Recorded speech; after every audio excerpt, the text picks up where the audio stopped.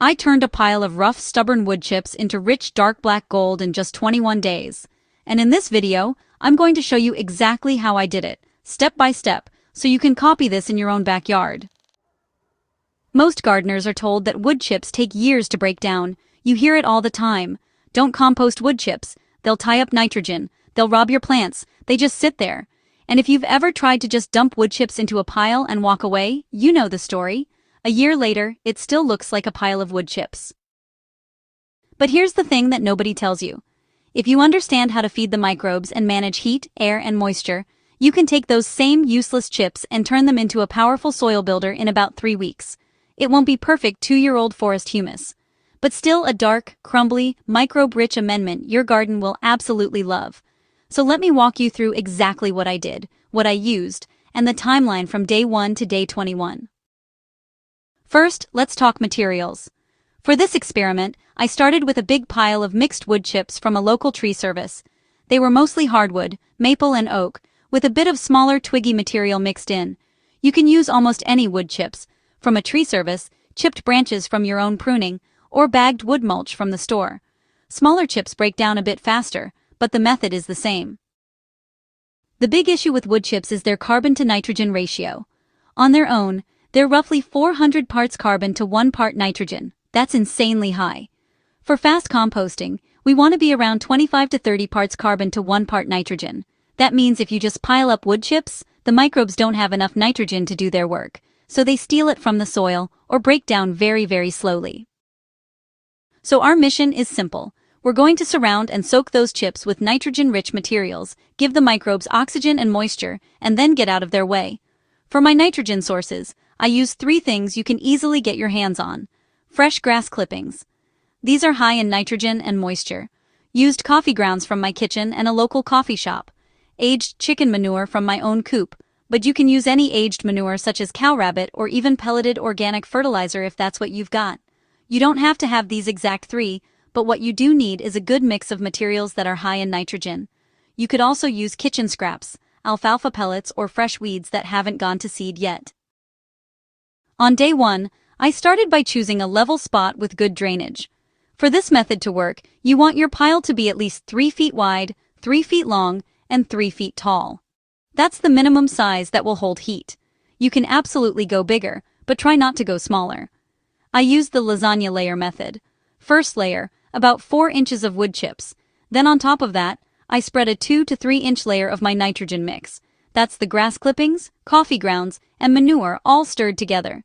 Then I sprayed that layer with water until it felt like a wrung-out sponge. Not dripping, not dusty, just nicely damp. Then I repeated, more wood chips, more nitrogen mix, more water, layer after layer, until I had a nice chunky cube of material a little over 3 feet tall. At this stage, the most common mistake people make is either letting the pile be too dry or turning it into a swamp. If you pick up a handful and squeeze it, you should get maybe 1 or 2 drops of water out of it. If water streams out, it's too wet. If it falls apart like straw, it's too dry. Once the pile was built, I left it alone for 48 hours. During that time, the microbes woke up and started feeding. If you've never done hot composting before, this is honestly the fun part. On the evening of day 2 and into day 3, I could already feel heat coming off the pile. When I stuck my hand into the center, it was noticeably warm, kind of like reaching into a fresh load of laundry. If you have a compost thermometer, you'll often see it climb into the 130 to 150 degree range. That's where the magic happens. On day 3, I did my first turn. Turning is how we keep oxygen flowing and, keep the party going for those microbes. I used a garden fork and moved the outer material toward the center and the center material toward the outside, basically flipping the pile inside out. As I did this, I checked moisture again. Any dry pockets got a light sprinkle of water. Any soggy spots got fluffed up more to bring in air. From day 3 to day 15, this was my basic routine. Turn the pile every 2 to 3 days. Check moisture and adjust if needed. Check temperature if you have a thermometer. Aim to stay in that 120 to 150 degree range as often as you can. Each time I turned it, I noticed the wood chips changing. At first they were bright, sharp, and clearly recognizable. By the second or third turn, I started seeing white fungal threads. That's mycelium, running through the chips. That's a great sign. It means the fungi have moved in and are helping break down the lignin and cellulose in the wood. Around day 7 to day 10, the smell of the pile changed. In the beginning, you might smell a bit of fresh grass and manure, but as it starts cooking properly, it shifts to that deep, earthy forest floor smell. The pile was still heating back up after each turn, which told me the microbes were still very active.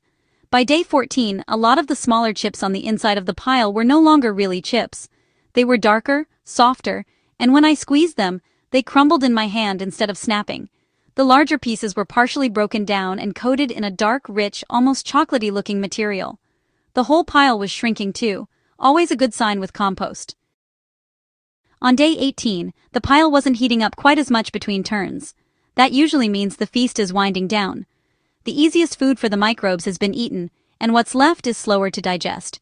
This is exactly what we expect. So what did I have on day 21? When I pulled the pile apart, I had a mix of textures. And honestly, this is important.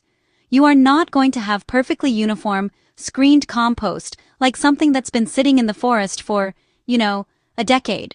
What you will have is a blend of fine, dark, crumbly material that looks like traditional compost or rich soil. There'll be partially broken down wood fragments that are darker, softer, and starting to sponge up water instead of repelling it. Some remaining larger chips around the outer edges didn't get as hot, and that's totally okay. This is exactly what I expected from a 21-day hot compost.